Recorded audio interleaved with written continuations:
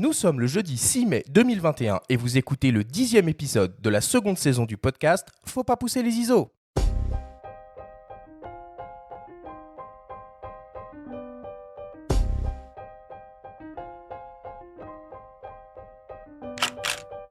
Bienvenue sur Faut pas pousser les ISO, le podcast entièrement dédié à l'image pour tous les passionnés de photos et de vidéos. Je suis Arthur Azoulay et cette émission vous est proposée par le magazine Le Monde de la Photo. Cette semaine, on se met de nouveau au coin du feu. Nous avons l'honneur et le grand plaisir de recevoir Nikos Aliagas, le photographe, avec qui nous allons parler photo, inspiration, matos, et qui va nous présenter son exposition accrochée actuellement sur les grilles de l'Hôtel de Ville à Paris. Cet épisode est présenté par Canon et sa gamme EOS R, les hybrides plein format aux performances inédites pour une créativité sans limite.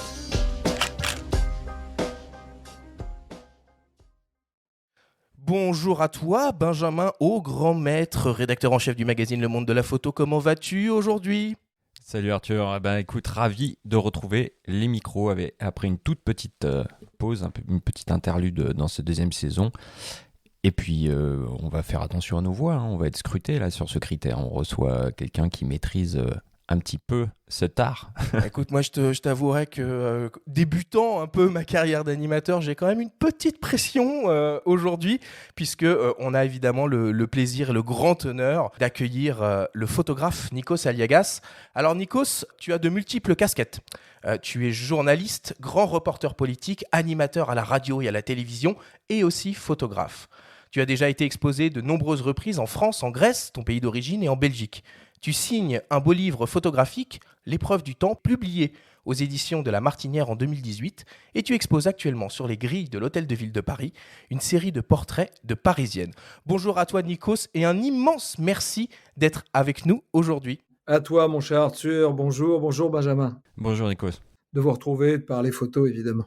Merci beaucoup. Allez, une fois n'est pas coutume, on commence l'émission avec le Flash Actu.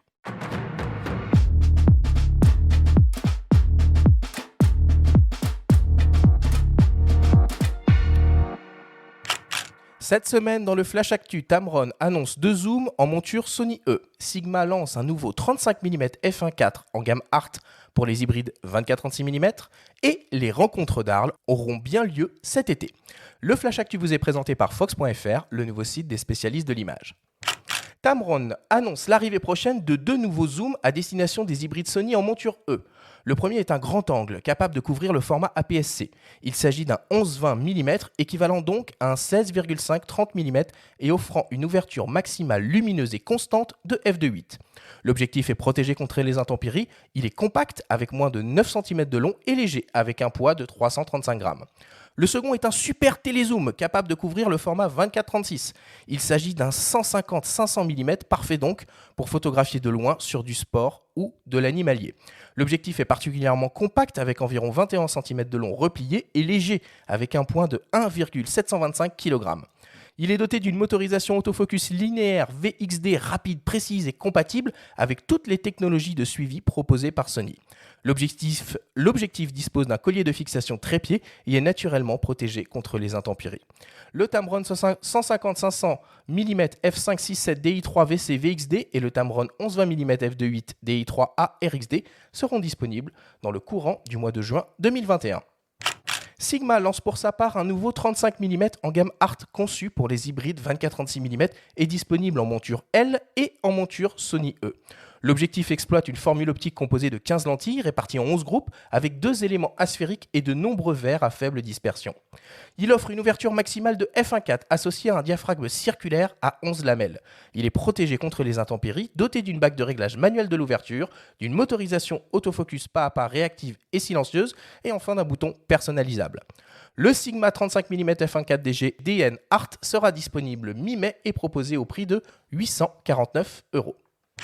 Et enfin, pour terminer, une bonne nouvelle. Les rencontres d'Arles auront bien lieu cet été sous la direction de Christophe Wissner, le successeur de Sam Sturze.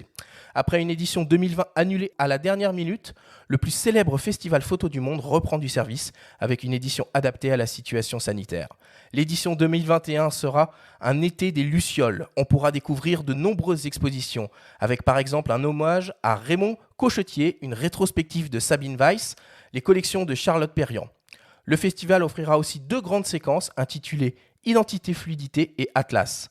Il mettra en lumière des talents émergents avec là aussi par exemple le prix découverte Louis Roederer.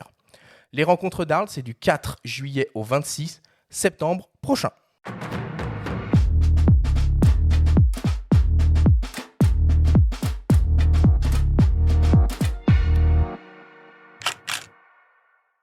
Beaucoup de nouvelles optiques cette semaine et encore, j'ai l'impression, encore et toujours, que des optiques compatibles hybrides pour Sony. Qu'est-ce que t'en penses, Benjamin ? Ah ouais, c'est une véritable déferlante, une avalanche. Par contre, c'est une très bonne nouvelle, ce Tamron 150-500. Il faut rappeler que la marque avait démocratisé les 150-600 pour réflexe, à la fois abordable. Donc pour tous les amoureux de longue focale, ça permet de s'équiper à des coûts raisonnables. On n'a pas encore le tarif, mais on peut penser que ce sera à peu près la même chose. Tandis qu'après, Sigma continue aussi de décliner ces belles optiques de gamme art pour les hybrides. Donc bon, on sent que ça sent un peu le sapin pour les réflexes de plus en plus. Nikos, c'est quoi tes focales et tes optiques favorites ? J'aime bien travailler en focale courte, 35, 50, 85. Après, le hasard fait que j'ai essayé sur le R5 du Canon de l'hybride un 28-70. J'avais avant un 24-70 sur les réflexes classiques. Et finalement, il y a un velouté, une profondeur, un tissu hyper intéressant. Et j'ai du mal à... quand je fais du reportage de rue, par exemple, certaines photos de l'expo ont été prises avec ça. Oui, c'est le F2 constant, c'est ça ? C'est ça. Mais en général, je travaille effectivement en focale fixe. Alors, le 50, ça a été longtemps un 50 chez Canon qui ouvrait à 1.2, assez lourd d'ailleurs, et que je prenais partout. Ou alors en moyen format dans une autre marque, à un moment, avec Hasselblad, j'avais un 45 qui correspond au 50 ou quelque chose comme ça. Mais le 50, le 50. Alors, je ne sais pas quelle est la focale qui correspond au cadre de la réalité, on va dire, la plus proche de ce qu'on voit en fait. On dit généralement que c'est le 50 mm, on considère que c'est le plus proche de la vision humaine. Il y a des gens qui disent que c'est le 35 aussi. Ouais. Le 85 c'est bien, mais effectivement, pour travailler dans l'urgence, en fait, le problème c'est que t'as pas l'espace souvent, t'as pas la profondeur, donc quand tu es en urgence, c'est plus facile à la fin d'un entretien de sortir une focale fixe pour faire un portrait, effectivement, et rentrer dans le personnage. Plutôt qu'être dans la rue et jouer sur effectivement le hasard, l'instant et la fragilité d'une rencontre, quoi. Enfin, pour moi, en tout cas. Alors, c'est une très bonne nouvelle aussi, l'annonce de la tenue des rencontres d'Arles cette année, Benjamin. Ah, c'est une excellente nouvelle.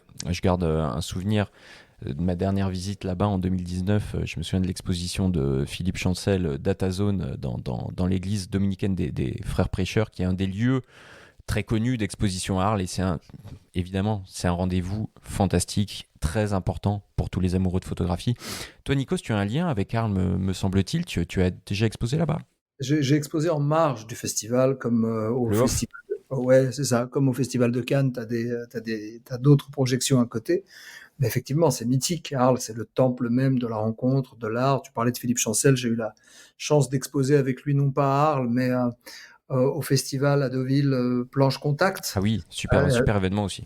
Ouais, donc c'est intéressant d'ailleurs d'échanger avec des photographes, parce que le concept, c'était justement de passer du temps ensemble dans une maison au bord de la mer. J'avais pas trop le même temps photographique que mes confrères, puisque c'était entre 3 tournages, j'arrivais 2-3 soirs à peu près. Mais c'est intéressant de partir en vadrouille le matin, au petit matin, de se dire bon allez, on part avec nos appareils. Puis quand on va rentrer, on va parler, comparer ce qu'on a rencontré, ce qui nous a inspiré. Et en général, alors que je viens effectivement dans mon quotidien professionnel d'un monde assez dur et assez concurrentiel, dans la photographie, évidemment, il y a des chasses gardées, il y a des chapelles, mais à un moment, la photo est plus forte que n'importe quel nom. Et on parle photographie, quoi. On parle un peu technique et ensuite émotion. Voilà. Donc c'était très intéressant pas de comparer nos photos, mais de comparer nos expériences et nos démarches déjà. Et notamment avec Philippe Chancel. Écoute, et c'est un peu ce qu'on essaye de faire à travers ce podcast finalement aussi, tu vois, d'essayer d'amener tout le monde dans la même chapelle, alors que la photo peut être considérée souvent peut-être pas à juste titre comme une activité très solitaire. Finalement, on se rend compte que pas forcément. C'est vrai, c'est vrai. Alors, elle est peut-être solitaire dans l'action, dans la quête, dans la démarche, peut-être un peu dans la méthode de la création, peut-être, même si faut pas oublier que la photo, c'est pas le photographe qui est important, c'est celui qui va traverser son objectif ou la scène qui va traverser son objectif. Donc, de toute manière, il y a une sorte de dialogue qui s'instaure. Donc, tu peux pas être seul très longtemps. Mais c'est vrai que tu es dans l'intime, tu es dans un monde intérieur que tu essaies de projeter. Après, moi, je pars du principe que la photo ne juge personne. C'est l'homme qui jauge et qui juge, et que la photo est plus forte que tout le reste, que la technique, que la réussite des uns ou des autres, la reconnaissance, ça veut absolument rien dire. C'est-à-dire que la photo est plus forte. Et la photo, à sa façon, résiste justement à toutes nos fausses certitudes et à toutes nos postures, qu'elles soient professionnelles, je sais pas, artistiques ou autre chose. Donc, je pense qu'une bonne photo, même quand on ne connaît pas le photographe, parle et résiste même au temps. Donc ça me parle, ça me touche. Bon, c'est super intéressant ce que tu nous racontes. On aura évidemment l'occasion d'approfondir tout ça un peu dans la suite de l'émission. Benjamin, c'est le moment de ta chronique hebdomadaire, de ta story. Alors cette semaine, tu nous parles de l'édition spéciale d'un festival photo qui se déroule tous les 200 à Vincennes. Le vif. Le vif, exactement. C'est la story de Benjamin.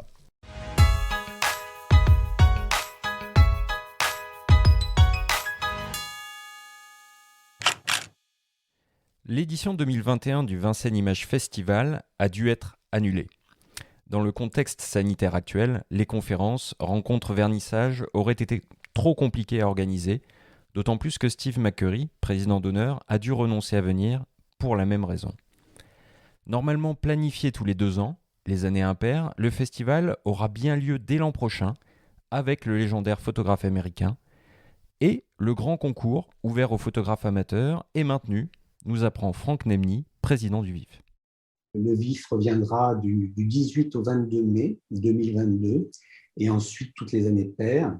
Après l'annulation en fait, du VIF 2021, on a eu quand même un immense soutien de tous les acteurs qui devaient être présents, les photographes, les partenaires, et ils nous ont promis d'être là l'année prochaine. Steve McCurry également.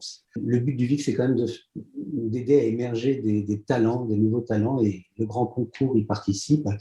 Et bien sûr, pour ne léser aucun candidat, nous réadapterons les conditions de participation à ce concours pour 2022. Les équipes du VIF se sont tout de même mobilisées pour proposer une grande exposition dans toute la ville durant le mois de mai. Après cette déception et la décision de l'annulation, nous avons pris la décision d'organiser un grand événement culturel qui soit compatible avec les exigences sanitaires. Et une exposition en extérieur nous paraissait parfaitement adaptée. Carte blanche a été donnée à Fiametta Orva, fille de Franck Orva, décédée en octobre dernier. L'occasion de rendre hommage au talent et à l'œuvre, aux multiples facettes de cet immense photographe. C'est une très jolie opportunité de le célébrer. Donc évidemment, c'est très touchant. Alors j'ai beaucoup de chance parce que mon père a quand même, il a eu une belle et longue vie, bien remplie. Il a essayé beaucoup de choses. Donc on a 70 ans de carrière à explorer. Fiametta nous en dit un peu plus sur ce que les visiteurs pourront voir au travers de cette rétrospective, dont des images du livre Sidewalk, dernier projet de Franck Orva. C'est avec grand plaisir quand je vais montrer la série de New York que nous aimons et que bien sûr nous voulons célébrer avec le livre de Sidewalk. Bien sûr, il y aura du reportage, il y aura de la mode, il y aura aussi un aspect d'introspection qui est assez important pour mon père, où dans les dernières 30 années, il faisait un travail assez personnel d'introspection. L'exposition comprendra environ 150 photos grand format, des cimaises d'1,50 m sur 1,50 m, ainsi que des voiles de plus de 3 mètres visibles dans les rues de Vincennes. On va pouvoir déambuler dans les rues de la ville, voir des photos sur les places, dans les jardins, mais aussi, comme on a l'habitude de le faire au VIF, sous forme de voiles tendues entre les bâtiments. Et un grand nombre de photos. Et ces différentes zones de présentation nous permettent de présenter toutes les facettes de l'œuvre de Franck Orva. On a beaucoup de chance, c'est un grand luxe, puisqu'on va littéralement envahir la ville. Donc, on peut tout montrer. Je pense que mon père aurait été très, très, très amusé de se voir absolument sur tous les murs de Vincennes. Il aurait été très amusé.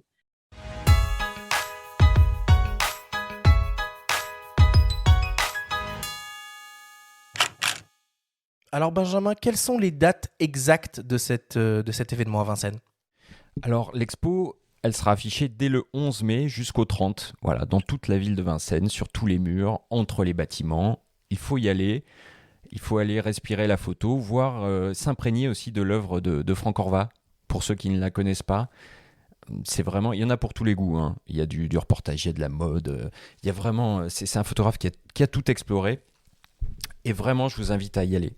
Et Nikos également, hein. Toi, je sais que tu entretiens une relation particulière avec le VIF. Peut-être tu peux nous en parler. C'est la 4e édition qui aurait dû se dérouler cette année, qui aura donc lieu l'année prochaine. Mhm. Il m'avait demandé d'ailleurs, Franck Nemny, qui est le patron du festival et qui met toute son âme et toute son énergie pour garder cette institution, parce que ça part de gens de bonne volonté au départ. Et c'est pas une histoire de sous, c'est une histoire de passionnés. Il m'avait demandé effectivement d'animer la rencontre avec Mac Curry, mais bon, il n'est pas venu. Et c'est vrai que c'est triste parce qu'ils font un travail extraordinaire. Parler de photographie aujourd'hui et de photographie qui se partagent dans la rue, c'est assez noble, je trouve. À l'heure où effectivement les images inondent le monde, hein, que ce soit sur les téléphones portables, sur les réseaux, revenir à la photographie, à l'écriture de cette lumière est quelque chose de particulier. Et puis des rencontres, moi j'ai eu la chance d'y exposer 2 fois, les rencontres, les discussions. Je me souviens de Mathieu Ricard, à côté du RER, place de... Ah oui, dans cette tenue de moine avec Reza, avec toi d'ailleurs, dans toutes les rues de Vincennes, là, c'était la cohue.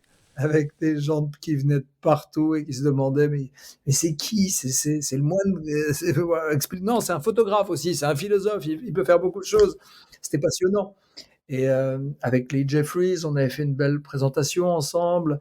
Oh, puis j'aime bien cette partie de Paris, de l'est de Paris, le Val-de-Marne, pour avoir y habité très très longtemps et pour connaître bien le château de Vincennes aussi. C'est là où j'ai appris à faire du vélo. C'est là où je venais avec mon père, gamin, faire des photos justement. Donc tout ça me parle et me touche particulièrement. Bon, bah c'est super. Rendez-vous donc à Vincennes pour découvrir cette exposition. On revient dans quelques secondes avec toi, Nikos, après une courte page de publicité. Bienvenue dans le Canon Redline Challenge. Nous savons que vous êtes créatifs et de talentueux photographes. Nous savons aussi que vous aimez gagner des prix exceptionnels. Alors, voici l'occasion parfaite de nous montrer l'étendue de votre talent. Relevez le défi, la lumière dans l'obscurité. Impressionnez-nous avec votre plus belle photo et envoyez-la avant le 31 mai 2021 pour tenter de gagner plus de 14 000 € d'équipement Canon. Plus d'infos sur canon.fr/redline-challenge. Nous sommes de retour dans Faut pas pousser les ISO pour se mettre au coin du feu avec le photographe Nikos Aliagas. Alors Nikos, si tu me le permets, je vais essayer de te tirer le portrait en quelque sorte en tant que photographe. Alors tu es ce que l'on pourrait appeler un photographe de passion humaniste. Tu pratiques la photographie depuis ta jeunesse, d'abord de façon imaginaire, comme tu l'expliques souvent, puis avec ton premier appareil, un Kodak Instamatic que ton père t'avait offert. Pour toi, à l'époque, la photographie est une façon de figer le temps qui passe et de suspendre des instants de famille, des détails de ton enfance. Tu es un autodidacte. Tu as appris et fait tes armes avec l'argentique et es entré dans le numérique par l'intermédiaire du smartphone et des réseaux sociaux que tu utilises abondamment pour partager tes photos. Dans ta photographie, tu questionnes le temps et tu aimes photographier les gens, célèbres ou inconnus. Tu t'intéresses à l'histoire, ton histoire et celle de tes sujets. Pour toi, la photographie sert à ne pas oublier, c'est un langage universel. Du temps, tu en trouves dans ta vie à 200 à l'heure pour faire ta photographie. Moments suspendus, l'épreuve du temps, âme grecque, corps et âme, mémoire de main, voici les noms de tes principales expositions que tu as offertes au public ces dernières années. Désormais, la photographie est en quelque sorte aussi l'une de tes marques de fabrique. Elle est omniprésente dans ta carrière professionnelle et journalistique avec la mise en scène récurrente de ton acte photographique et de tes images dans la réalisation d'interviews pour les différents médias avec qui tu travailles. Tu es devenu au fil du temps un portraitiste incontournable de la scène médiatique française. Aujourd'hui et jusqu'à dimanche prochain, on peut découvrir une partie de ton travail personnel sur les grilles de l'Hôtel de Ville de Paris. Tu exposes une série de 35 portraits de Parisiennes inconnues que tu as croisées un peu au hasard et que tu as souhaité immortaliser en noir et blanc. Tantôt photo posée, tantôt photo volée, tu offres ton regard sur ces héroïnes qui n'ont pas cherché à être dans la lumière. nous nous sommes invités à ton exposition et avons recueilli les témoignages de spectateurs inconnus ou incognito. On les écoute. Mais déjà, j'aime bien l'animateur Nikos. J'adore ce qu'il fait en télévision. On sent que c'est quelqu'un de très humain, qui est très porté vers l'autre. Et on le voit dans ses photos. On voit que dans ses photos, il y a plein d'émotions. Il y a un univers très particulier. Oui, il est vraiment tourné vers l'autre, vers l'humain. En tout cas, c'est ce que cette photo me donne comme émotion. Voilà. Moi, je trouve ça intéressant de voir que ce sont des femmes, vu que la majorité du temps, ce sont des hommes. Et ça représente la puissance un peu féminine, là, vraiment. Je sais pas comment dire, je trouve ça très joli. C'est intéressant de voir comme c'est centré sur la femme, sur Paris. Et de voir tout ça en noir et blanc, alors que j'ai l'habitude de voir cette ville en couleur. Je vois les oiseaux, là, par exemple. C'est magnifique. Moi, ça me rappelle une amie qui nourrissait des pigeons à sa fenêtre. Et bon, là, je vais la prendre en photo pour la mettre sur sa tombe, par exemple, parce que je la trouve très belle. Enfin, elles sont magnifiques, les photos de Nikos. Elles sont très, très belles. Moi, ce que j'adore, c'est la profondeur de champ, la profondeur du noir et blanc qu'il utilise, notamment dans une que je viens de voir là-bas. Enfin, j'adore son traitement du noir et blanc, quoi, de l'image. Là, je suis devant celle-ci là, qui s'appelle L'amour inconditionnel, par exemple. J'adore comment ça s'appelle, la contre-plongée, quoi, le mouvement de contre-plongée. Le regard, je trouve qu'il capte formidablement bien les gens, leur visage, leur expression, leur regard. J'avais déjà vu une exposition à la conciergerie, là, il y a quelques années. J'avais été vraiment impactée par ça, quoi, par ce noir et blanc et l'expression des gens, quoi, la façon de capter les émotions.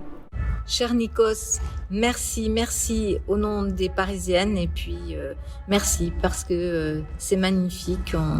On aime à se retrouver dans ces visages et les Parisiennes, c'est vraiment ça, c'est cette diversité de beaux visages et de femmes engagées, de femmes debout. Bon, tu auras peut-être reconnu la voix de la dernière personne interviewée sur ce micro-trottoir. C'est sympa, non, ces retours un peu spontanés de spectateurs. Il y avait vraiment beaucoup de monde devant ton expo, hein. Écoute, ça me touche, je ne veux pas vous mentir, c'est plus que sympa, c'est très émouvant pour moi. Parce que je donne l'illusion de quelqu'un, effectivement, à travers mon métier médiatique et de ma présence, on va dire, par la force des choses publiques, de maîtriser le genre, mais en fait, pas du tout. La photographie est une mise à nu, pour moi, c'est quelque chose d'intime. Et qui a commencé dans ma vie non pas pour faire des expos, mais parce que j'en avais besoin. J'avais besoin de raconter une histoire. J'avais besoin de me connecter à quelque chose. Donc je suis très ému et en même temps assez pudique, pour tout vous dire. C'est pas de la fausse pudeur ou de la posture, mais c'est toujours difficile de te dire que tu vas mettre aux yeux de tous ce que toi tu as imaginé, ce que toi tu as ressenti, avec fragilité, c'est-à-dire sans certitude. Je ne photographie pas avec des certitudes. J'ai pas reconnu les voix. Je ne sais pas qui est la dame, a priori, qui a parlé. Donc c'est intéressant de ne pas savoir. Et d'ailleurs, je vais vous dire la vérité, je suis plus stressé le jour de l'accrochage d'une expo que lorsque j'arrive sur scène avec un micro et je sais pertinemment qu'il y a des millions de gens qui vont me juger, me regarder, aimer, pas aimer. Mais là, à ce moment-là, je me sens nu, totalement. C'est-à-dire que sans protection, on va dire, il n'y a pas de caméra, il n'y a rien. Et effectivement, ça relie les gens, la photographie. On n'a pas besoin d'être là presque. Tu accroches les photos et tu laisses la photo raconter une autre histoire, ouvrir une autre fenêtre. C'est bouleversant d'entendre cette dame parler de sa copine qui est enterrée et qui te dit... je photographie les oiseaux parce que ça me rappelle une autre image, celle de ma copine qui était effectivement sur son petit balcon et qui, vraisemblablement, pour répondre à sa solitude, invitait des pigeons à partager un bout de pain ou quelques graines. Et cette photographie, elle va l'imprimer et elle va la mettre sur sa tombe. Vous vous rendez compte ? La relation, l'histoire qui continue. Et en fait, le photographe n'est qu'un médium, en réalité. Au sens un passeur. Ce qui est un peu ma vie, j'ai toujours été une sorte de passeur, curieusement. Toujours soit sur une scène en train de effectivement de partager un texte, soit à la télé, soit en tant que journaliste, donner la parole à quelqu'un, mettre quelqu'un dans la lumière. Alors je le fais dans la photographie aussi, mais pour d'autres raisons, plus personnelles, on va dire, plus fragiles. C'est un terme qui revient depuis le début de notre discussion, c'est-à-dire que il y a pas de certitude quand tu arrives avec un appareil photo devant quelqu'un en lui disant: «Voilà, alors tu peux le faire en studio, mais c'est pas là où je suis le plus à l'aise», en réalité. Je suis pas à l'aise quand j'ai le temps, quand j'ai les moyens et qu'on me dit: «Voilà, tu as un studio, tu as de la lumière, tu as un assistant photo, vas-y». Bah, je sais pas par où commencer en général. Alors que là, croiser un regard, par exemple, un matin et revenir le lendemain pour voir si cette dame est toujours là dans sa boutique, l'approcher, la regarder, lui expliquer peut-être si j'ai le courage ou si elle a envie ou si elle reconnaît une connexion potentielle, bah, ça prend plus de temps, ça prend plus d'implication personnelle. C'est-à-dire que dès que tu me mets une urgence professionnelle, j'ai l'impression que je perds ou que je trahis en quelque sorte ma démarche de gamin. Le gamin qui déroulait le film imaginaire avant de se coucher dans son petit lit à côté de la machine à coudre de son père. Je fermais les yeux et je déroulais le film avec les pauses. J'avais 24, 30 pauses par jour. Et je me disais, voilà, j'avais pas d'appareil photo, mais je me disais quelle était la couleur du tablier, de l'épicier. Euh, les mains, j'essayais de me souvenir des mains des gens, c'est un truc de dingue parce que mon père était artisan, il travaillait tard le soir à la maison dans cette petite chambre où on habitait tous, et puis ses mains au bout d'un moment devenaient comme des ballerines. C'est-à-dire que j'oubliais que c'était ses mains, ça devenait des personnages. Donc tout part pour moi, mon postulat de départ, c'est l'imaginaire. Donc à partir du moment où tu ressens, où tu imagines et tu essaies de projeter effectivement ce que tu ressens avec ton cœur dans un cadre, et que tu le projettes et que tu essaies de raconter une histoire, c'est quelque chose de fragile, d'intime, d'incertain. C'est aussi un engagement autre. Alors que quand je fais mon travail et que je parle face à une caméra ou face à un micro, bah, je parle pas de moi en vrai. Je parle pas de ce que je ressens, mais je parle de l'autre. Donc c'est très intéressant.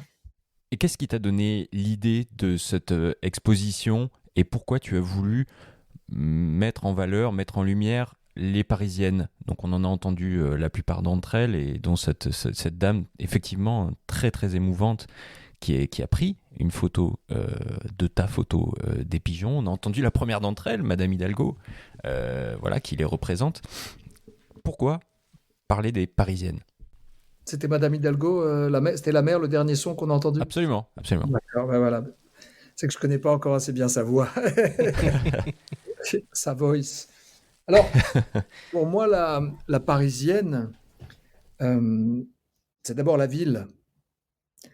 Cette scène de théâtre qu'est Paris avec ses monuments, par exemple la Tour Eiffel, pour moi, est la Parisienne par excellence. C'est celle qu'on venait regarder, observer avec mon père et ma mère le week-end. Nous qui habitions du côté de la rive droite, dans les quartiers populaires, on traversait le pont et on arrivait devant la Tour Eiffel, on disait « Waouh !» Voilà, on avait l'impression de partir en voyage, en expédition dans les quartiers chics de Paris. Donc pour moi, la Parisienne, c'est d'abord la Tour Eiffel. La Tour Eiffel qui résiste aux certitudes, aux vanités, aux modes, et même à l'ère du temps, au politiquement correct de l'époque, puisque la Tour Eiffel devait être détruite après l'exposition universelle. Et de toute façon, personne dans l'intelligentsia parisienne de l'époque, du côté des intellectuels, écrivains, philosophes, journalistes, ne la considérait comme une œuvre d'excellence, puisqu'on disait que c'était moche et qu'il fallait le détruire, que ça cassait l'esthétique de Paris. Et pourtant, la Tour Eiffel a prouvé le contraire. Aujourd'hui, sans Tour Eiffel, ce ne serait pas Paris.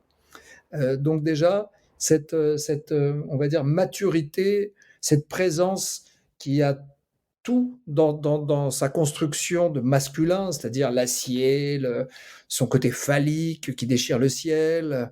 Et pourtant, c'est une dame. C'est la dame de fer.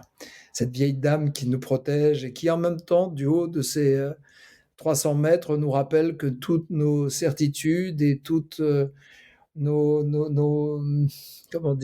névroses sociétales ne sont que des passages. Donc à partir de là, pour moi, Paris se transforme en une scène de théâtre avec cette lumière très étrange, parisienne, qui peut être tranchante, mais qui est très souvent pseudo-mélancolique, avec cette réflexion permanente sur le pavé, comme si c'était un miroir de l'autre nous-mêmes qui nous regardait.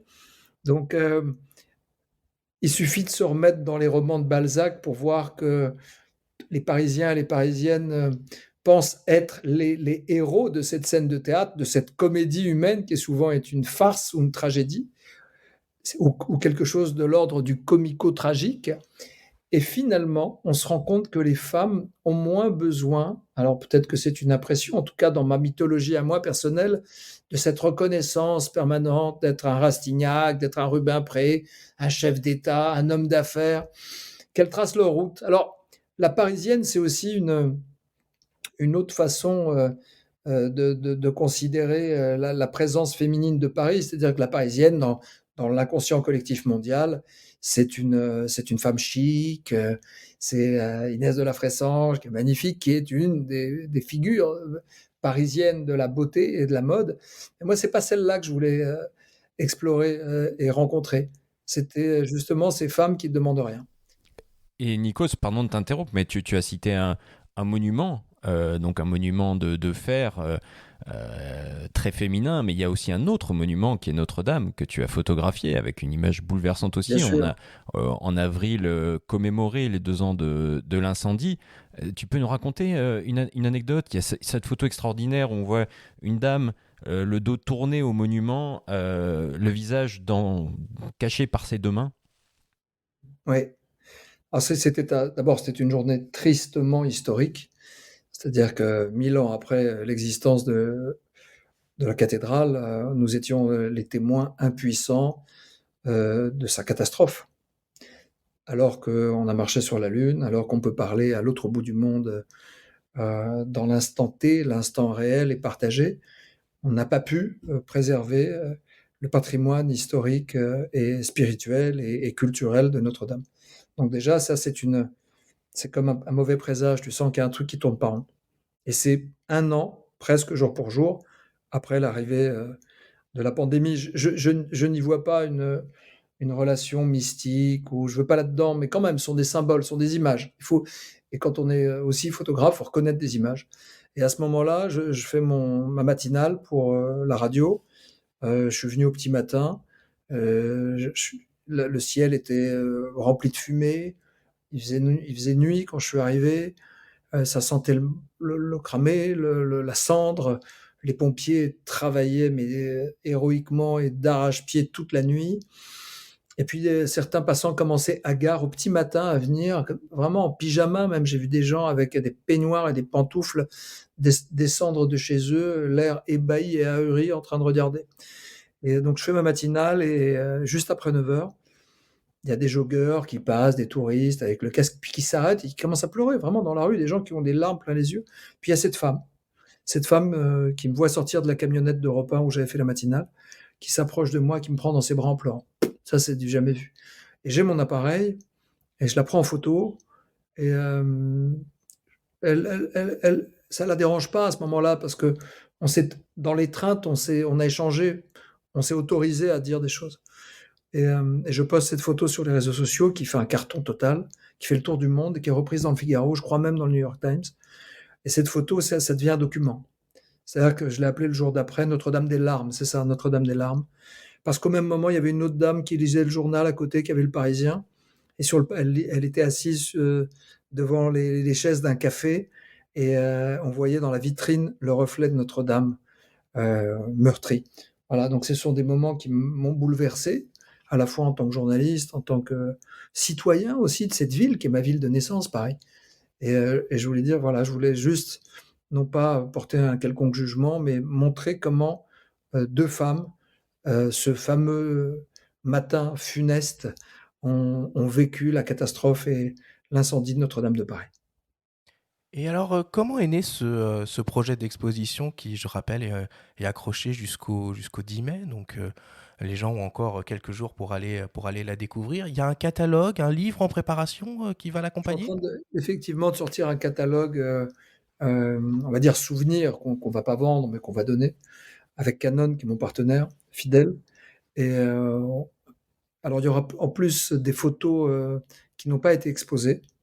Donc, il y aura un peu plus de photos autour de la Parisienne, du thème de Paris, des Parisiennes plutôt. Et alors, l'idée est née avec les équipes de la mairie de Paris et d'Anne Hidalgo. On cherchait voilà, une sorte de collaboration. Et on s'était effectivement parlé avant les vacances. Ça a commencé à se concrétiser en septembre. Et à ce moment-là est arrivée une autre histoire sur la table, une discussion, genre, est-ce que tu as une photo qui te plaît pour effectivement illustrer la carte de Nouvel An de la mer? Je dis OK, j'avais quelques photos.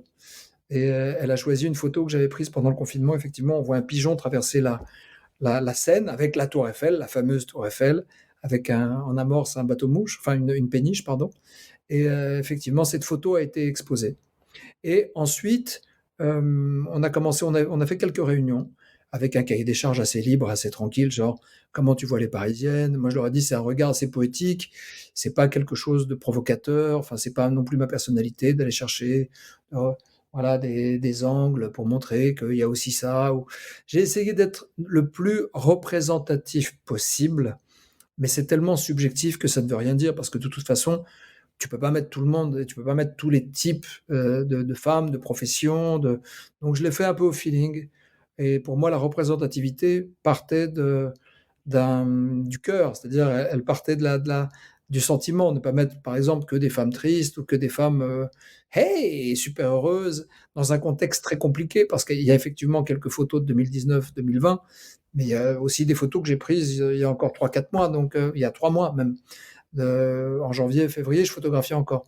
Donc l'idée était de raconter des tranches de vie, comme des fenêtres possibles, comme des projections, que ce soit par exemple effectivement l'académicienne, je ne peux pas la photographier en tenue d'apparat sur le vif, je suis obligé de le préparer un petit peu. Bien sûr. Donc on est allé dans la cour d'honneur de l'Institut de France avec Barbara Cassin, qui est une femme que je lis et que j'admire depuis des années, puisque c'est une grande helléniste dans la lignée des Jacqueline de Romilly. Et je l'ai mise en scène avec effectivement sa tenue d'immortel et son épée, en lui disant, alors maintenant vous allez prendre en joue, vous allez mettre en garde. Je ne sais pas ce qu'on dit d'ailleurs, je n'ai jamais fait de sport d'escrime, mais je voudrais que vous teniez en joue des bulles de savon. Alors c'était un peu compliqué pour que ça ait l'air naturel, mais on voit qu'elle est effectivement J'ai produite. vu passer une photo de making-of justement où on voit les bulles de savon en arrière-plan. C'est un peu lunaire. Elle me dit, mais pourquoi vous faites ça? Je dis, je sais pas. Je lui dis, mais je le sens comme ça. Comme des bulles d'ineptie ou de fausses infos que une académicienne, celle qui connaît la langue, qui connaît la tradition, la culture et la justesse, pourrait détruire pour revenir à la vérité. Et puis, il y a aussi ces dames qui prennent une petite bière en loose day, place des Abbesses, et que j'interpelle. De loin, elles me voient en train de prendre des photos, puis elles se disent, c'est pour nous, c'est nous qui prenons en photo le monsieur, là. Et puis là, j'ai ma casquette, j'ai un masque, elles ne savent pas trop à qui elles ont affaire, donc ça aide aussi, parce que la notoriété peut parfois enlever le naturel. Et puis à un moment, ils me disent, bon, arrêtez de nous prendre en photo, parce que nos maris pensent qu'on fait nos courses. Donc ça m'a fait rire. Elles avaient un petit coup dans le carreau, et puis je me dis, alors, c'est pas montrer quelqu'un qui baisse son masque en pleine pandémie, est-ce que c'est une irresponsabilité? C'est en tout cas une réalité, on ne peut pas se mentir. Évidemment qu'on est tous aujourd'hui pour respecter les règles, porter le masque, mais quand elle le baisse quelques secondes pour prendre une gorgée de bière, ça devient tendre. Et ça devient une forme de résistance, on va dire, du côté de nos mamies, qui ont été les premières cibles, que la pandémie nous a privés. On n'a pas vu nos mères et nos anciennes et nos anciens pendant des mois, et se dire que bon, elles ont survécu, elles sont là, elles font leurs courses, elles rigolent encore, c'est peut-être aussi un petit message positif. Voilà, pour pas perdre espoir. On sent vraiment toute la passion qui t'anime quand tu parles de photos. Tu as aussi, j'ai lu que tu avais parlé de la photographie comme une activité anti-stress pour toi qui est le plus souvent face aux objectifs sur les plateaux. Qu'est-ce qui te plaît tant dans cette activité photographique? C'est physique, la photo, Benjamin. Je ne vais pas te contredire. Oui, non, mais c'est hyper physique. C'est-à-dire que la façon dont tu respires, la façon dont ta concentration, ton corps, à la fin d'une séance photo, je suis épuisé. J'ai l'impression qu'on m'a tapé, souvent. Même si c'est du plaisir pendant que je le fais. Donc c'est un engagement absolu. D'abord, c'est un engagement pour moi de ce que je ressens, j'essaie de le projeter, non pas de le capturer. Tu prends pas une photo, c'est elle qui te prend. C'est elle qui, à un moment, bon, elle a pitié de toi, elle dit ok, tiens, prends ce que tu veux. C'est un combat permanent entre effectivement la technique, la lumière changeante, surtout quand tu es dans la rue. Et puis Mais ça veut dire que tu es tout le temps aux aguets. Si c'est la photo qui te prend, Tout le ça veut temps. dire que tu es quand même susceptible de la prendre, quoi. Tout le temps. Mais même quand j'ai pas d'appareil photo. C'est même très curieux. Et je l'ai déjà dit ça en interview, et pardon de le répéter pour ceux qui l'ont peut-être entendu, mais je me réveille pas le matin en me disant aujourd'hui je vais faire la photo. Alors aujourd'hui je la tiens. Aujourd'hui vous allez voir. En fait, je me réveille en me disant mais combien de photos je vais pas pouvoir prendre? Combien d'images je vais reconnaître, mais je n'aurai pas le temps de les caresser ou on va dire de l'objectif. Parce que pour moi, la photographie, Arthur et Benjamin, c'est une reconnaissance. C'est très étrange. C'est comme si l'image, l'histoire existait avant moi. Elle attendait juste ma connexion, c'est personnel, cette image en tous les cas, comme si elle existait dans ce qu'appelle d'ailleurs c'est Bernard Werber qui en parle bien dans un de ses romans, enfin c'est pas un roman, dans un de ses essais, ça s'appelle la noosphère. La noosphère, c'est une invention, on va dire, philosophique ou de la fin du 19e, du début du 20e, qui considère qu'autour de la planète, il y a une sorte de stratosphère dans laquelle existent toutes les créations et toutes les idées, comme une sorte de cloud des artistes. Et à un moment, elles s'accordent, elles s'alignent à ce qu'on appelle un flash, une inspiration des uns et des autres, en fait. Et je pense que l'image, elle existe avant que je ne la reconnaisse. Et à un moment, je la reconnais. C'est la possibilité d'une île, comme dirait l'autre, d'un voyage. Et tu sais pas pourquoi. Alors, je mitraille pas en mode pour kilomètre, s'il y en a une, on va dire, dans les 50 photos que tu vas prendre, il y en a peut-être une bonne là-dedans. Je sais pas faire ça. Donc, Mais ça veut dire que tu as toujours ton matos sur toi. tout le temps. Et quand j'ai pas mon matos, quand j'ai pas ma focale, j'ai mon portable, mon téléphone portable, qui peut faire la blague dans un premier temps, en tout cas pour les réseaux sociaux. Donc, je l'ai toujours. C'est très étrange, comme une sorte de... Je dois être là. Je ne peux pas être absent de cette reconnaissance. Ça n'est pas possible. C'est une urgence qui me crispe le corps parfois, Et quand je l'ai pas, je suis pas en colère. Je dis c'était pas le moment. Hein, cette acceptation, elle est intéressante dans la photo aussi. Cette humilité. C'est t'attends, tu peux attendre, tu peux partir. C'est comme celui qui part à la chasse, même si je suis pas un chasseur. Mais quand tu l'as pas, il faut l'accepter. Il faut passer à autre chose. Tu sais, ça me fait penser qu'il y avait un remarquable podcast il y a quelques années, c'était sur Arte Radio, des photographes qui racontaient les photos qu'ils n'avaient pas prises. Ouais. Ah oui, et je me c'était rappelle de ça, c'était passionnant. bien. Je ne sais pas si Excellent. vous vous souvenez de ça. Je ne C'était connais pas, mais vraiment... c'est excellent, c'est magnifique. Ah, c'est génial. Je pense qu'on peut toujours le retrouver en tapant Arte Radio. Et c'est une très belle idée, des photographes de renom comme ça qui racontent les images qu'ils n'ont pas prises, soit consciemment parce qu'ils ont décidé de ne pas la prendre, ou inconsciemment parce qu'elle leur a échappé. Mais dans tous les cas, c'est des superbes histoires. On est tous un peu hantés par ça finalement. Mais bien sûr, quand tu es, par exemple, dans une ruelle du Péloponnèse, dans un village où tu es arrivé pour aller à un baptême, et puis finalement, tu n'as pas pris ton appareil photo parce que tu voulais être tranquille, tu voulais pas faire le photographe du baptême, justement, parce que tout le monde allait te demander de photos, et puis tu te perds un peu, tu trouves un café, tu t'arrêtes, il y a un café, boum, et là passe un cortège funèbre, avec effectivement l'enterrement d'une famille de gitans. Et c'est juste sublime. C'est sublime. C'est sublime parce que même dans la tristesse, tu touches une vérité dans les vêtements criards des femmes, dans les couleurs, parce que c'est aussi une forme de deuil, comme en Inde, de porter les couleurs pour honorer le défunt. Les mains du défunt avec ses bagues, parce que tu vois le mort, effectivement, le cercueil était ouvert, et là je me dis, mais j'aurais dû avoir mon appareil. Pourquoi? Pour garder des images pour eux aussi, pour leurs souvenirs. Alors à quel moment tu deviens obscène ou voyeur quand tu photographies? C'est une vraie question. C'est une question qui m'a toujours obsédé. Par exemple, j'ai refusé d'accompagner des copains photographes en mer Égée, quand il y a eu les premières grandes vagues des personnes qui arrivaient du Moyen-Orient sur des barques, dans des embarquements de fortune, et qui arrivaient quasiment épuisés en ayant perdu la moitié des leurs, avec des gilets de sauvetage d'infortune, ce qu'on appelle les migrants, ce qui est un terme qui veut rien dire, mais juste des êtres humains qui arrivaient d'ailleurs et qu'on devait accueillir. Nous, l'Europe et les Grecs se retrouvaient en première ligne, et ce sont les gens qui n'avaient plus rien qui allaient les aider, les pêcheurs qui plongeaient pour sauver des vies. Alors, est-ce que j'avais ma place là-bas? C'est une vraie question. J'ai pas trouvé le courage d'y aller. Pas pour des raisons, on va dire, de regard technique ou de sincérité intime, mais parce que j'ai eu peur. Je me suis dit, tu es à la télé, tu portes des costards, tu fais le truc, les gens pensent que tu vis dans un autre monde et que tu connais pas la réalité. Ils vont pas le comprendre et tu seras obligé de le justifier. Et je suis pas allé. Alors peut-être que j'ai eu tort, mais ou alors il y a des photos que tu prends, mais il faut réfléchir à quel moment tu vas les montrer ou si tu vas les montrer. Ça faut assumer, quoi. Ouais, c'est une autre question. Qui tu es toi? Comment tu donnes ta légitimité, on va dire, éthique, à la démarche? Qui tu es toi pour photographier quelque chose? Donc c'est une vraie question que je me pose sur l'image, puisque l'image, de toute manière, est un malentendu. Ne nous mentons pas, que ce soit l'image tirée du photographe ou l'image des uns et des autres, des personnalités. Et la mienne l'est tout autant. C'est vrai que j'ai aucune certitude sur ce que je peux représenter en tant que personnage connu. C'est pour ça que je ne me planque pas derrière l'objectif, mais c'est pour ça que je me pose derrière un objectif, pour être libre de regarder et de ne plus être regardé. Alors Nikos, pourquoi tu affectionnes tant le noir et blanc comparé à la couleur? La majorité de tes images sont faites en noir et blanc. Parce que je suis pas certain, Arthur, de savoir faire de la bonne couleur.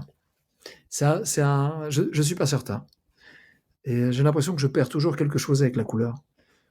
J'ai l'impression que je la privilégie sur le cadre, sur l'histoire. Le noir et blanc, d'abord, me renvoie à une expérience personnelle, on va dire, et intime, qui remonte à mes premières émotions photographiques, lorsque je découvre des photos dans une boîte à chaussures, et par extension, lorsque je découvre le temps qui passe à travers cette boîte à chaussures, c'est-à-dire puisque tu vois des photos de gens que tu connais âgés et qui sont représentés jeunes sur la photo. Donc cette première, on va dire, émotion vient du fait que les premières aussi photographies d'artistes que j'ai aimées, elles étaient en noir et blanc. Mes premières grandes émotions, on va dire des photos de Koudelka, des photos de, je sais pas, même récemment, je revoyais des photos de Sabine Weiss, elles me bouleversent, cette femme. Mais elles sont en noir et blanc, elles ne sont pas en couleur. Et comment tu fais du coup tes noirs et blancs? Tu les fais directement à la prise de vue avec ton boîtier ou en post-prod? Je les fais en post-prod, comme si j'étais dans le bain en fait. Et je choisis on va dire, les dosages des oranges, des rouges, des violets, des bleus qui vont se transformer en bleu, en gris clair, en gris foncé, en blanc, en noir. Et tout ça me parle évidemment beaucoup, parce que lorsque je vois quelqu'un, je l'imagine en noir et blanc. même lorsque je vois quelque chose, un angle, une rue, un arbre. Une main aussi. Ah, bien sûr, alors les mains, c'est les mains surtout même. Je vois des mains en noir et blanc, c'est-à-dire que, et donc à partir du moment où je photographie en RAW, et j'aime effectivement pouvoir avoir accès à des boîtiers qui puissent faire des gros RAW. J'aime pas travailler en JPEG. J'ai l'impression qu'on perd quelque chose, on gagne autre chose, mais on perd beaucoup de détails, on perd beaucoup de matière. Donc je travaille avec des RAW, le minimum, si je peux être à 50 MO, je suis content. Ah oui, le R5 c'est 45 millions de pixels, là ça commence à faire des pelles de pixels. Ah ouais, des pelles de disque dur. Ouais, surtout, ouais. Et pareil, quand je shootais au boîtier, au réflexe, le 5D RS, c'était celui-là. Ah, 5D SR. Ouais. Le SR, voilà, je le sors encore de temps en temps. Ah, il est plus lourd, mais il a autre chose. C'est pas du tout le même, on va dire, la même matière, le même velouté que le R5. Mais bon, les fichiers, j'arrivais, quand tu les transformais en TIFF, derrière, tu arrivais à 300 MO. Donc, il faut effectivement beaucoup de terrain. Mais grâce à ça, je peux travailler en basse lumière, mes grilles, mes contrastes. Je contraste beaucoup. Donc, dans la transposition, on va dire, mon bain à moi, ma révélation, elle se fait dans la transposition, effectivement, en noir et blanc, avec les filtres que tu vas choisir. Mais Il n'y a pas de filtre préétabli sur mes photos. Je les fais à chaque fois depuis le début, un par un, selon mes réglages. Chaque photo est adaptée à un autre réglage. C'est-à-dire, ça peut pas être le même réglage pour toutes les photos. Ça n'existe pas. Tu fais beaucoup de portraits, aussi bien de personnalités que de gens anonymes, finalement. Et comment est-ce que tu procèdes lors de la prise de vue? Comment tu fais concrètement? Est-ce que tu procèdes à un petit peu de la mise en scène? Tu nous as raconté que l'académicienne, tu as dû la mettre un petit peu en scène. Est-ce que tu es influencé par tes maîtres, Salgado, Irving Penn ou d'autres? Comment tu procèdes? En fait, ça part beaucoup. Ça part d'un constat instinctif, en fait. D'abord, quand c'est quelqu'un de connu, j'essaie de voir, selon ce que je vois dans la vraie vie, ce qui pourrait correspondre à ce que je projette dans mon imagination, mais qui doit être assez proche de ce qu'il est aussi lissé en tant que personnalité. C'est-à-dire qu'il y a certaines personnalités qui ne correspondent pas quand tu les vois et que tu es à côté d'elles, qui ne correspondent pas à sa pochette d'album, par exemple, qui est beaucoup plus retravaillée. Comment faire en sorte de protéger quelqu'un sans pour autant le lisser? Je ne sais pas très bien, moi, faire les retouches. C'est un autre métier encore, hein, la vraie retouche artistique, la peau, la cerne. Je fais le minimum. Mais comment faire en sorte que ça corresponde à la perception qu'ont les gens de cet artiste? Donc ça, c'est ma première préoccupation. Est-ce que j'ai suffisamment de lumière? Sinon, je lève pas l'appareil, je lève pas l'objectif. Notamment quand c'est une femme, et voilà, pour la protéger, pour pas qu'elle ait l'air plus âgée, parce que de toute façon, mes photos sont dures. Mes portraits sont très durs, en vrai, très contrastés, et très... donc, de toute manière, tu vas te prendre 5 ans dans la tronche. Et justement, tu as eu des mauvais retours, des fois, sur des portraits? Non, parce que je fais en sorte de protéger l'un ou l'autre, l'une ou l'autre, ou l'un ou l'autre. C'est plus vrai, effectivement, parfois, avec une actrice qui a 50 ans et qui veut pas être photographiée, alors qu'on est jeune à 50 ans, mais on n'a peut-être pas la même tête que lorsqu'elle avait du succès à 35 ans. Donc, c'est à moi d'être, respectueux sans mentir. En fait, il y a un chemin entre la retouche absolue, qui est fausse, et la fragilité d'un moment, mais voilà, qui peut être vrai, qui peut être touchant. Tu parles souvent des mains comme des éléments qui ne mentent pas, justement. Mais parce que les mains disent tout, d'abord de ta généalogie, de si ton père travaillait, ou tes grands-parents, ou tes arrière-grands-parents, la terre, tu le vois, c'est que les mains s'adaptent avec le temps, et les mains finissent par ressembler à ce que tu fais avec elles. Quand tu vois les mains du pêcheur, au bout d'un moment, on dirait qu'elles ont des écailles dessus. C'est extraordinaire. Mais pour moi, photographier quelqu'un de connu ou d'inconnu, c'est exactement la même chose. Vraiment. C'est que je respecte tout autant une dame, effectivement, que je ne connais pas, qu'une dame que je connais, qui est artiste ou autre chose, ou écrivaine. C'est une démarche instinctive. La lumière joue un rôle. J'utilise rarement le flash. Là, évidemment, sur l'exposition de la Tour Eiffel, la jeune femme Cassandre qui saute dans les airs sur sa planche, je suis obligé de la flasher. Il fait soir derrière, il fait nuit, le ciel est noir, donc sinon tu la perds. Donc tu as un flash derrière pour une légère découpe, mais bien placée en bas, et puis un petit flash juste, une sorte de flash juste sur les yeux, quoi, juste pour ressortir un peu la chevelure. Mais en général, j'aime bien travailler avec la lumière du jour ou en studio, en fin d'émission ou en fin d'interview, avec la lumière fixe, qui sont extraordinaires. Aujourd'hui, tu as des LED extraordinaires. Mais toujours dans une pénombre. Jamais, on va dire, à fond les manettes. J'aime bien quand c'est un entre-deux-mondes, quand c'est une suggestion, quand c'est pas une certitude, et quand c'est quelque chose de suspendu, un moment suspendu, un peu hors du temps. Alors Nikos, pour continuer, on te propose maintenant de découvrir le témoignage de Aude Mantoux, qui est la responsable éditoriale Beau Livre aux éditions de La Martinière. Elle nous raconte le projet d'ouvrage L'épreuve du temps que tu as réalisé avec eux. On l'écoute. Nous avons eu la chance aux éditions de La Martinière de publier le premier livre de photographie de Nikos, L'épreuve du temps. Un livre qui représentait pour Nikos la somme de plusieurs années de travail dans la photo. Et pour l'équipe qui l'a accompagné, réaliser ce livre a été une belle aventure humaine. En fait, nous suivions Nikos depuis un moment, et c'est son œil de photographe qui nous a convaincus, et qui nous a donné envie de lui suivre. Ce qui nous a plu, ce n'est pas tant la personnalité médiatique qu'il représente, mais l'artiste lui-même. Nous avons aimé le regard que Nikos pose sur les autres, Nous avons aimé son sens du cadrage, de la lumière. Il a une grande maîtrise technique et une très très bonne connaissance du monde de la photo. Dans le livre, en fait, sont réunis des portraits d'anonymes pris dans leur vie quotidienne et photographiés en noir et blanc dans des jeux d'ombre et de lumière.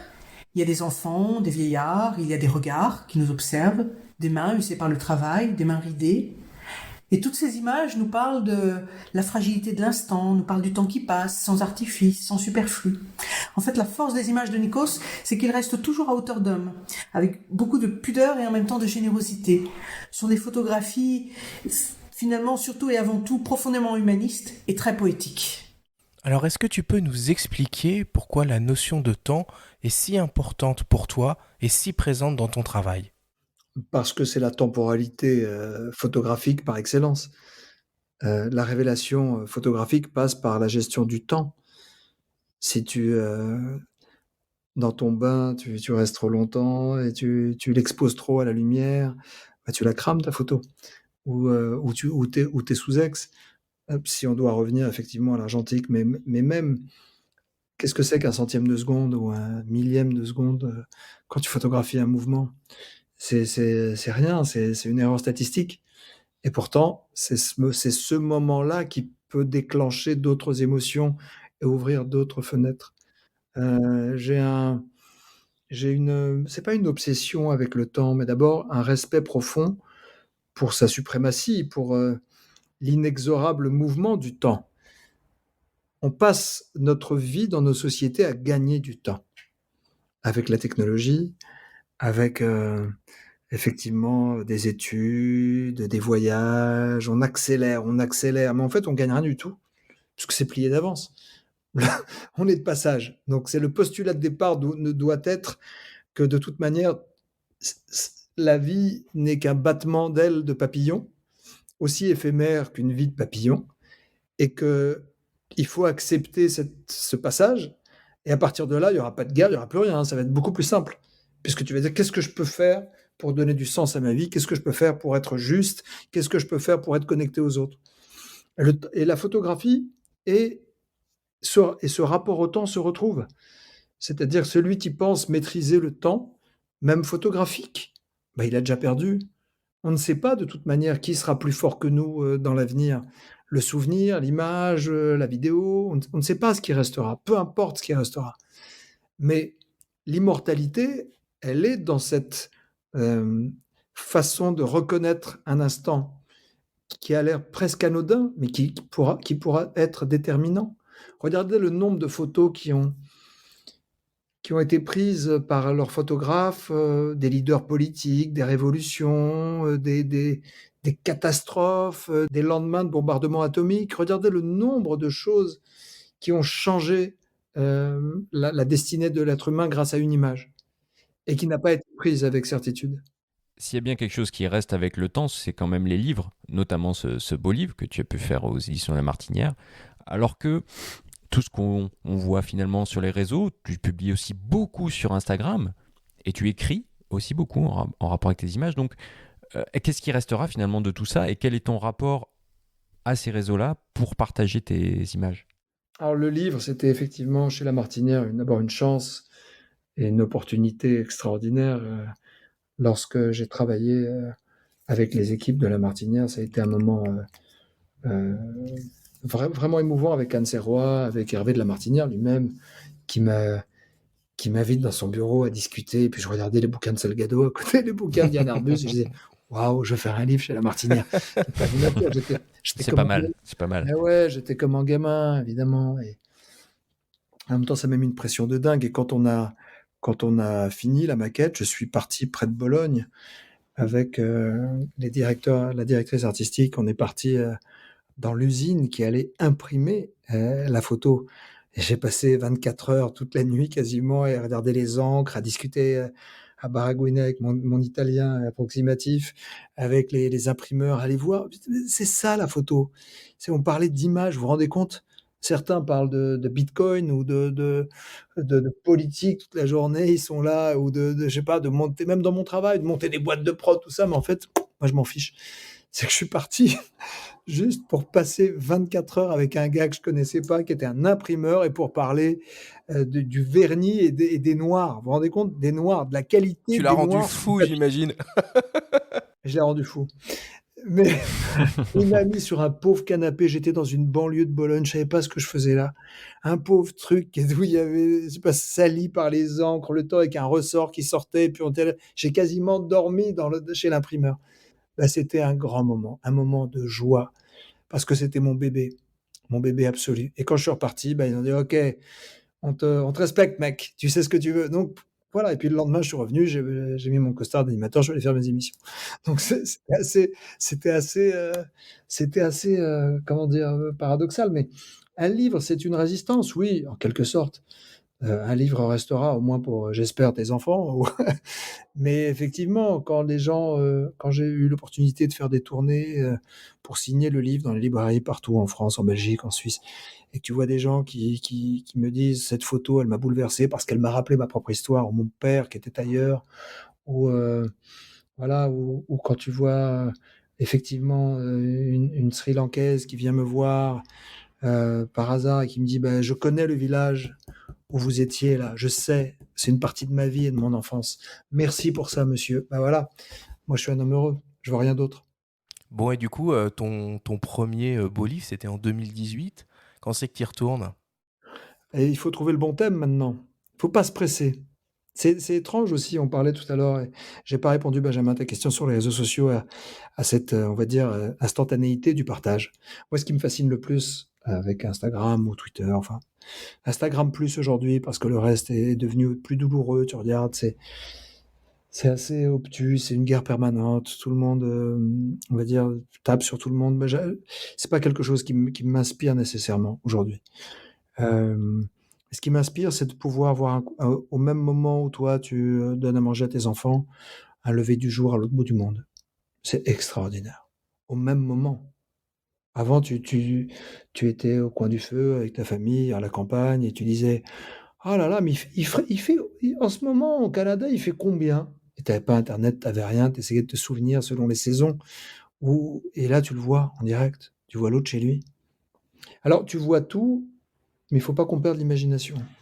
À force de tout voir, ou de croire voir l'intégralité de la vie de quelqu'un, d'un pays, d'un lever du jour, il ne faut pas perdre l'imagination. C'est l'imagination qui fait s'unir les gens. C'est l'imagination qui te fait lever le matin pour essayer aussi de raconter une histoire, quelle qu'elle soit, dans tout, en photo ou ailleurs. Si on perd l'imagination, on perd le rêve. Et si on perd le rêve, on n'a que des certitudes. Et très vite, nos certitudes deviennent de l'amertume. Parce qu'en fait, il n'y a pas de certitude, il n'y a rien. On doit s'adapter, chaque jour est différent. Et effectivement, le livre pourrait être une nouvelle forme d'expression pour ma prochaine, on va dire, quête photographique. Et à un moment, il faudra que je fasse un livre sur la Grèce, c'est sûr. Un livre définitif pour moi sur la Grèce. Et j'ai des milliers de photos sur les mains dans le monde, partout des mains de gens connus, inconnus, vivants, pas vivants. C'est quelque chose que je stocke depuis des années. Des oliviers aussi. Des oliviers, j'ai des centaines d'oliviers dans le monde. Mais les Grecs, oui, je ferais bien un livre grec, tout simplement. Un truc définitif pour moi où je pourrais mettre 15 ans sur QES ou masculin cette fois? Général. Grec pluriel. Là, on met tout le monde, les enfants, les dames, les grands-mères, les anciens, le pêcheur, tout. J'ai ce qu'il faut. Ou une expo. J'aurais pu cette année, parce que cette année est le bicentenaire de la Révolution grecque qui a donné l'indépendance de la Grèce, qui effectivement, depuis 1821, n'a que 200 ans, ou moins de 200 ans d'existence en tant qu'État moderne, puisque l'histoire a été dure avec cette région du monde. Mais bon, j'ai pas voulu faire quelque chose d'opportuniste. C'est genre, voilà, c'est le bicentenaire, allez, boum, tiens mon livre. Il faut faire attention, il faut le faire pour les bonnes raisons.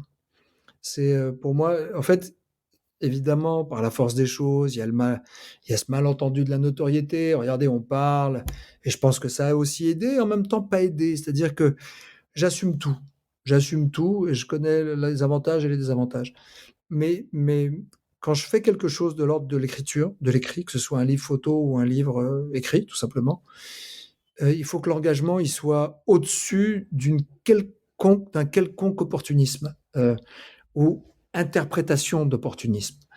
Parce que si je veux me donner une chance, on va dire, de penser que ça puisse rester un jour, même si j'ai pas de certitude, je dois le faire vraiment comme si le reste n'existait pas. C'est important. Sinon, bah, ça se voit. Ça se voit.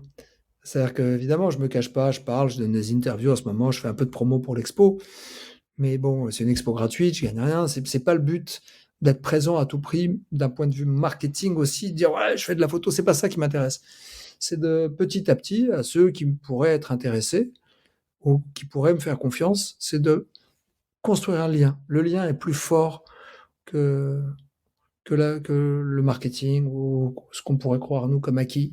C'est un lien, mais il faut raconter de belles histoires et des histoires sincères. Merci beaucoup Nikos pour tout ce que tu partages avec nous. On arrive à la fin de cette discussion, tu vois, le temps passe extrêmement vite. Mais on a une petite surprise pour toi pour terminer. On va te partager le témoignage d'un admirateur qui tenait absolument à te laisser un petit message et on va voir si tu seras capable de le reconnaître. On l'écoute. Hey Nikos, I hope you're doing well, you wonderful chap. I just wanted to send you a message to congratulate you on your exhibition in Paris. I wish I was there to see it. I'm sure it's wonderful, and I'm sure you're getting many people looking and absorbing all the feelings of your wonderful photographs. Can't wait to see you, and take care of yourself. All the best, Lee. Oh, Lee Jeffries, I love you, man. You're a fantastic guy. I love this guy. He has such a authentic view in his camera. I love the way. Pourquoi je vous parle en anglais là? Je me la pète même. C'est bien, comme ça il pourra comprendre, il pourra écouter. Il pourra l'écouter. Thank you so much, Lee. Merci infiniment. J'ai un respect pour toi. I have such a huge respect for your work and the way you're feeling people and all the gratitude that we can read in your pictures and in your images. So thank you so much, man. Oui, mais il rend beaucoup en fait au modèle qu'il photographie et Dieu sait que c'est fin de photographier parfois des sans-abri. Et puis en couleur en plus souvent, et puis de très près, et puis Mais il passe du temps avec, c'est-à-dire que je veux vous dire, on parlait tout à l'heure de la légitimité et d'à quel moment tu deviens voyeur. Mais c'est très simple, tu le vois dans les yeux de celui qui est photographié. C'est très simple. La façon dont il regarde le photographe disent aussi leur acceptation du photographe. J'admire énormément Lee. Et nous avons fait connaissance justement au Festival Photo de Vincennes. On avait discuté ensemble, on avait fait une présentation. Je l'avais présenté, je l'avais interviewé devant un public et c'est un super mec, vraiment. C'est un beau mec. En plus, je l'ai photographié. On dirait un acteur américain. Ouais. Mais il est de Manchester avec son accent. On l'entend, Photographs. Il est très très fort, très fort. Merci, ça me touche. J'étais content de parler avec vous, Benjamin, Arthur, parce que d'abord, parler photographie, ça me sort. Dès que je peux parler photo, je prends le temps de le faire. J'en ai besoin. J'ai autant besoin de photographie que de partager mon chemin photographique avec des gens qui s'intéressent à la photographie aussi. C'est important pour moi et bravo parce que c'est compliqué, malgré la démocratisation de la photographie et le fait que tout le monde puisse prendre des images avec son appareil photo, de parler véritablement photo et de garder un magazine photo, un podcast photo, c'est compliqué. Donc bravo à vous qui trouvez la force, le courage et les ressources pour le faire. Merci. On est passionnés. Merci à toi. Ouais, je vous comprends. On passe à la dernière partie de l'émission, la séquence FAQ.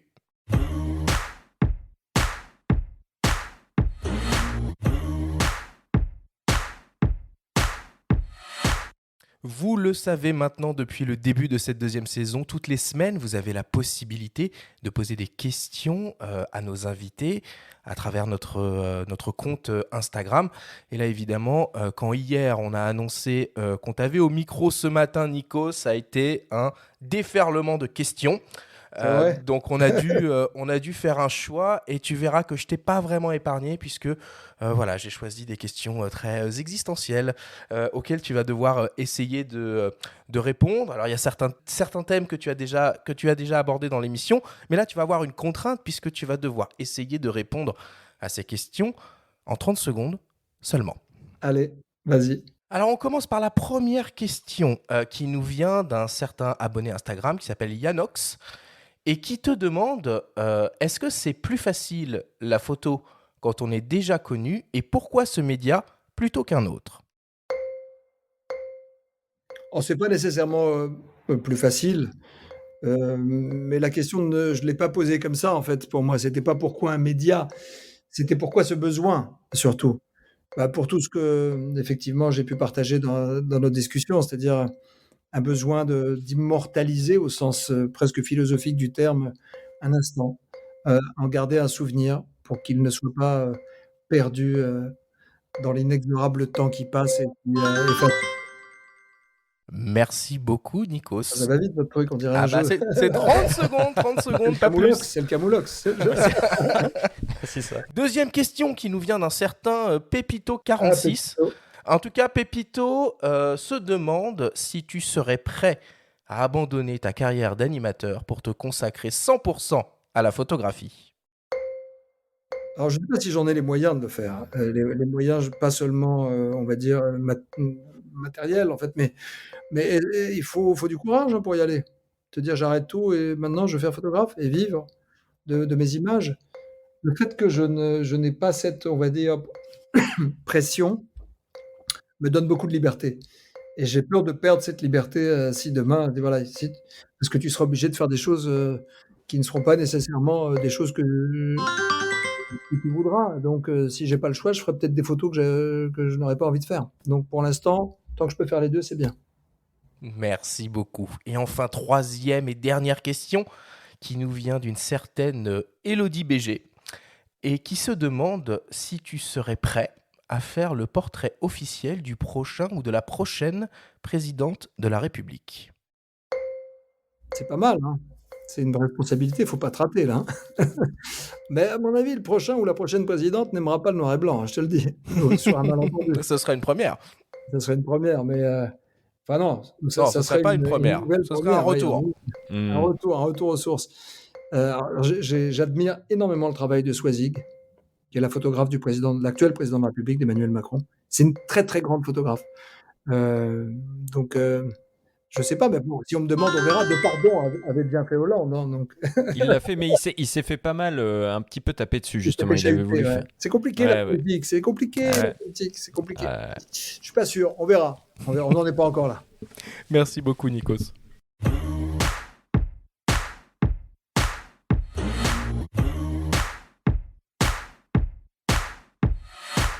Bon, cette fois, ça y est, on arrive réellement à la fin de l'émission. On te remercie une nouvelle fois chaleureusement, Nikos, au nom de toute l'équipe de Faut pas pousser les ISO et du magazine Le Monde de la Photo, d'avoir été avec nous. C'était un véritable honneur et un véritable plaisir. Pour moi aussi. Est-ce que tu as, outre ton exposition, qui je le rappelle est encore accrochée jusqu'au 10 mai, si je ne dis pas de bêtises, sur les grilles de l'Hôtel de Ville de Paris, est-ce que tu as une actualité qui va arriver peut-être prochainement dans tes activités de photographe ? Une exposition en Normandie, mais je vous dirai où un peu plus tard, dans les semaines à venir, sur un thème que j'ai déjà présenté à Cannes, mais qui est enrichi, et l'exposition va prendre une autre dimension avec des photos inédites, avec plein de photos inédites. Ça s'appelle Thalassa, peuple de la mer, où on aura effectivement des photos à la fois de la Normandie, du sud de la France, de Grèce, beaucoup de nouveautés. Et elle sera présentée au mois de juin en Normandie, mais je vous dirai dans quelle ville. Mais ça peut être pas mal. Comme ça, pour l'été, ça sera une expo d'été. D'ailleurs, la mer est un thème qui passe bien l'été, en tout cas. Ça, c'est sûr. Bon, super, rendez-vous est pris. Merci beaucoup une nouvelle fois à toi, Nikos, et on espère t'avoir de nouveau, peut-être une prochaine fois. Il faut pousser les ISO. Au Moi, micro, il ne faut pas pousser les ISO, attention. Ça dépend du boîtier. Non, je les pousse pas beaucoup. Moi, je mets trop de vitesse, c'est ça mon problème. Trop de vitesse. Bon, merci. Merci à toi. La semaine prochaine, on va se mettre en mode tuto et on va s'intéresser à l'utilisation des filtres en photographie de paysage. Merci à tous de nous avoir écoutés. Prenez soin de vous et à la semaine prochaine.